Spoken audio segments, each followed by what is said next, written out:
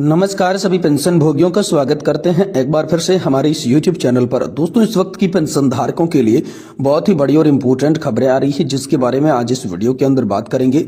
जी हां दोस्तों, पहली बड़ी खबर की बात करें तो ईपीएस नान-डिफा पेंशन भोगियों की 7,500 प्लस डीए और हायर पेंशन में देरी का कारण क्या है। आखिरकार इसको लेकर दोस्तों बड़ी अपडेट आ चुकी है कि आखिरकार 7,500 रुपए प्लस डीए की पेंशन से इतनी देरी से क्यों मिल रही है।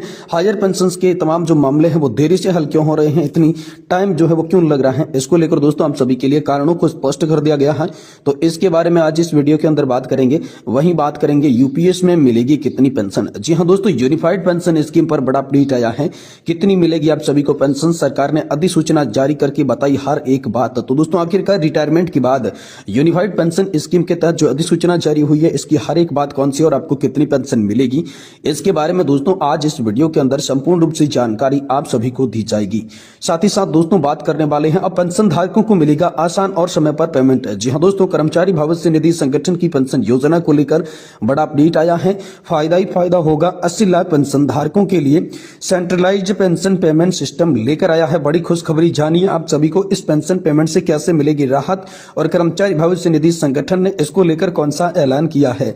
तो इसके बारे में भी संपूर्ण रूप से जानकारी आज की इस वीडियो के अंदर आप सभी को दी जाएगी।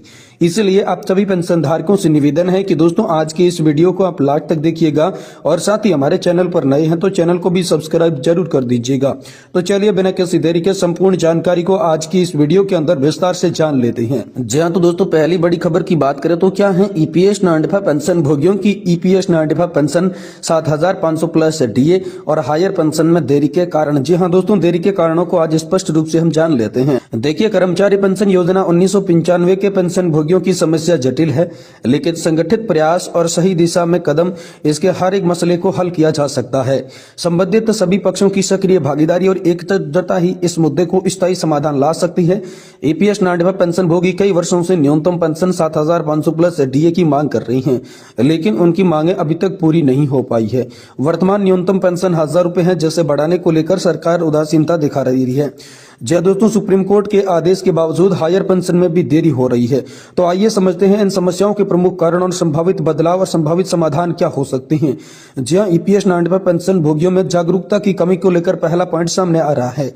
जय दोस्तों, कर्मचारी पेंशन योजना 1995 के पेंशन भोगियों की संख्या लगभग 78 लाख है, लेकिन अधिकांश पेंशन भोगी अपने अधिकारों और मुद्दों के प्रति जागरूक नहीं हैं।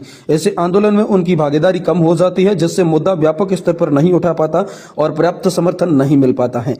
वहीं दूसरा है यूनियनों के बीच असंगठित स्थिति। जय दोस्तों, सभी कर्मचारी पेंशन योजना 1995 के यूनियनों के बीच समन्वय और एकता की कमी है, जिससे समस्या का समाधान और भी कठिन हो जाता है। एकजुट होकर काम करने से ही पेंशन भोगियों के अधिकारों की लड़ाई को प्रभावी तरीके से लड़ी जा सकती है। ये बात बड़ी खबर निकलकर सामने आ रही है। वहीं कानूनी जानकारी के अभाव को लेकर भी अगला पॉइंट सामने आया है। जय दोस्तों, अधिकांश पेंशन भोगी उनके संघों के नेतृत्व में ज्ञान की कमी है। वे न्यूनतम पेंशन या हायर पेंशन के मुद्दों पर कर्मचारी भविष्य निधि संगठन यानी कि दोस्तों ईपीएफओ और अदालत को सही कानूनी तर्क देने में असमर्थ है, जिससे उनके मामले भी कमजोर होते जा रही हैं। वहीं ईपीएस नान-डिफा पेंशन भोगियों में नकारात्मक धारणाएं और भ्रांतियों की बात करें तो विभिन्न एजेंसियां और सोशल मीडिया के चैनल यहाँ पर जो है न्यूनतम पेंशन या फिर पेंशन के खिलाफ तर्क दे रहे हैं। इससे पेंशन भोगी जो सदस्य है वो असुरक्षित हो जाते हैं और सही जानकारी के अभाव में गलत धारणाएं बना लेते हैं। वहीं पेंशन फंड की प्रक्रियात्मक विस्तार की बात करें तो सरकार और कर्मचारी भविष्य निधि संगठन द्वारा प्रक्रियात्मक देरी भी महत्वपूर्ण कारण है। पेंशन पेमेंट ऑर्डर या फिर मांग पत्र जारी करने में देरी से पेंशन भोगियों की क्षति में वृद्धि होती है, जिससे उनका जीवन स्तर भी प्रभावित होता है। वहीं कर्मचारी पेंशन योजना राजनीतिक स्तर पर समर्थन की कमी। जी हां दोस्तों, कर्मचारी पेंशन योजना 1995 में पेंशन पर राजनीतिक हस्तक्षेप और समर्थन की कमी भी एक बड़ा कारण बताया जा रहा है। यहाँ पर राजनीति द्वारा समर्थन नहीं मिलने से सरकार पर दबाव नहीं बनाए जा सकते हैं और वे जल्दी प्रभावी निर्णय नहीं ले पाते हैं। वहीं ईपीएस नान-डिफा पेंशन भोगियों की आर्थिक चुनौतियों की बात करें तो अधिकांश पेंशन भोगियों के पास आर्थिक ढांचे की कमी है। वे अपने अधिकारों के लिए संघर्ष नहीं कर सकती हैं। यह आर्थिक कमजोर है और आवाज उठाने से रोकी जा सकती है। इससे अधिकारों से उन्हें व्याख्यात्मक रचना की भी बात सामने आती है। यानी कि कुल मिलाकर दोस्तों बात करें तो 7,500 रुपए पेंशन न मिलने का मुख्य कारण है, एक तो उसमें जागरूकता की कमी है बीच, या फिर जो है यूनियंस होते हैं उनके बीच संगठन की कमी है, असंगठित यूनियन है, अलग अलग मतों की यूनियन है, और साथ ही कानून की जानकारी का उनके पास अभाव है। पेंशन भोगियों के अंदर कई भ्रांतियां हैं, कई नकारात्मक धारणा है, जिसके कारण पेंशन नहीं बढ़ रही है और पेंशन फंड की जो प्रक्रियात्मक विस्तार है वो बिल्कुल धीमे है, जिससे पेंशनधारकों को नुकसान हो रहा है। और कर्मचारी पेंशन योजना के तहत राजनीतिक स्तर पर भी समर्थन नहीं मिल रहा है, इससे भी उनकी पेंशन की मांगे मंजूर नहीं हो रही है और पेंशन भोगियों के बीच आर्थिक चुनौतियां भी कुछ सामने आ रही है। ये तमाम जो कारण है ये पेंशनधारकों की पेंशन वृद्धि को लेकर अड़चन पैदा करते हैं और इसी कारण ईपीएस नाड़ेबा पेंशनधारकों की जो पेंशन है वो नहीं बढ़ पाती है। वहीं दोस्तों अगली बड़ी खबर की बात करें तो यूनिफाइड पेंशन सिस्टम में मिलेगी कितनी पेंशन। जी हां दोस्तों, रिटायरमेंट को लेकर आप सभी के लिए बड़ी खबर आ रही है। यूनिफाइड पेंशन स्कीम पर बड़ा अपडेट आया है। कितनी मिलेगी आप सभी को पेंशन, सरकार ने इसको लेकर अधिसूचना जारी करके हर एक बात को बता दिया है। तो यूपीएस के तहत हर एक बात को कौन सी बता दिया जा चुका है, रिटायरमेंट के बाद आपको किस तरीके से कितनी पेंशन मिलेगी। चलिए यूपीएस सिस्टम के बारे में यहाँ पर जो है पूरी जानकारी जान लेते हैं। दोस्तों केंद्र सरकार ने सरकारी कर्मचारियों के लिए यूनिफाइड पेंशन स्कीम का विकल्प पेश किया है। ये नई पेंशन योजना नेशनल पेंशन सिस्टम और पुरानी पेंशन योजना यानी कि ओपीएस के साझा लाभ प्रदान करती है।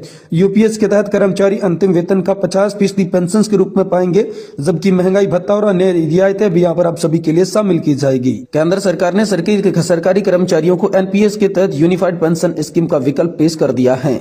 इसे लेकर अधिसूचना जारी कर दी जा चुकी है। यूपीएस सरकार की नई स्कीम है। यह स्कीम अगस्त 2024 में घोषित की गई थी। नई पेंशन योजना उन कर्मचारियों के लिए है जो पहले से ही एनपीएस में है। यह ओल्ड पेंशन स्कीम और नेशनल पेंशन स्कीम दोनों के फायदों को मिलाकर बनाई गई है। इससे कर्मचारियों को निश्चित पेंशन मिलेगी। सरकार का कहना है कि इससे कर्मचारियों को रिटायरमेंट के बाद अच्छा जीवन जीने में मदद मिलेगी। ये योजना 24 जनवरी 2025 को जारी अधिसूचना के अनुसार लागू हो गई है। जी हां दोस्तों, सरकार ने यह पहले घोषणा की थी कि एनपीएस के तहत आने वाले सेवानिवृत्त कर्मचारी भी यूपीएस के दायरे में आएंगे। अधिसूचना के अनुसार पेंशन फंड नियामक और विकास प्राधिकरण यानी कि दोस्तों पीएफआरडीए यह तय करेगा कि यूपीएस विकल्प चुनने वाले सेवानिवृत्त कर्मचारियों को एनपीएस के तहत मिलने वाली राशि के मुकाबले कितनी अतिरिक्त राशि दी जाएगी। वहीं दोस्तों सरकार का कहना है कि यूपीएस को सरकारी कर्मचारियों से एनपीएस से जुड़ी चिंताओं को दूर करने के लिए बनाया गया है। ये योजना को पूर्व वित्त सचिव और वर्तमान कैबिनेट सचिव टीबी सोमनाथन की अध्यक्षता वाली एक उच्च स्तरीय समिति के द्वारा तैयार किया गया है। केंद्र सरकार ने 21 साल पुरानी एनपीएस व्यवस्था को बदलकर यूपीएस करने का फैसला लिया, जो कि ओपीएस के सम्मान बताई जा रही है।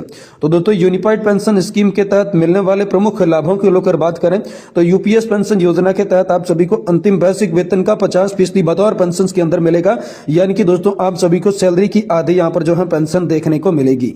वहीं दोस्तों समय समय पर महंगाई भत्ते में जो बढ़ोतरी होती है वो बढ़ोतरी यहाँ पर पेंशन धारकों की पेंशन के साथ जुड़कर आएगी, यानी कि जिस तरीके से ओपीएस के अंदर आप सभी को महंगाई भत्ता बढ़कर मिलता था, उसी प्रकार अब महंगाई भत्ता जुड़ने से भी आप सभी की यहाँ पर जो है पेंशन बढ़ने वाली है।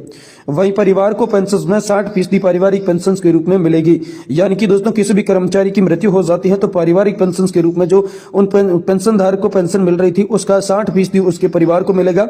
यह भी इस पेंशन योजना की मुख्य विशेषता है। वही सेवानिवृत्ति पर एक मुश्त का भुगतान। जी हां दोस्तों, यहाँ पर सेवानिवृत्त होने पर जिस तरीके से एनपीएस के अंदर एक मुश्त राशि का भुगतान किया जाता था, उसी तरीके से यहाँ पर एक मुश्त राशि का भुगतान यूनिफाइड पेंशन योजना के अंदर भी आप सभी को देखने को मिलेगा। यह भी प्रमुख विशेषता इस पेंशन योजना की बताई जा रही है। वहीं दोस्तों न्यूनतम पेंशन यहाँ पर 10,000 रुपए प्रति माह मिलेगी। जी हाँ दोस्तों, यूनिफाइड पेंशन स्कीम के तहत 10 साल की सेवा पूरी करने वाले लोगों को भी न्यूनतम 10,000 रुपए की पेंशन मिलेगी, चाहे उनकी वेतन कुछ भी हो या फिर उनका कंट्रीब्यूशन कुछ भी हो।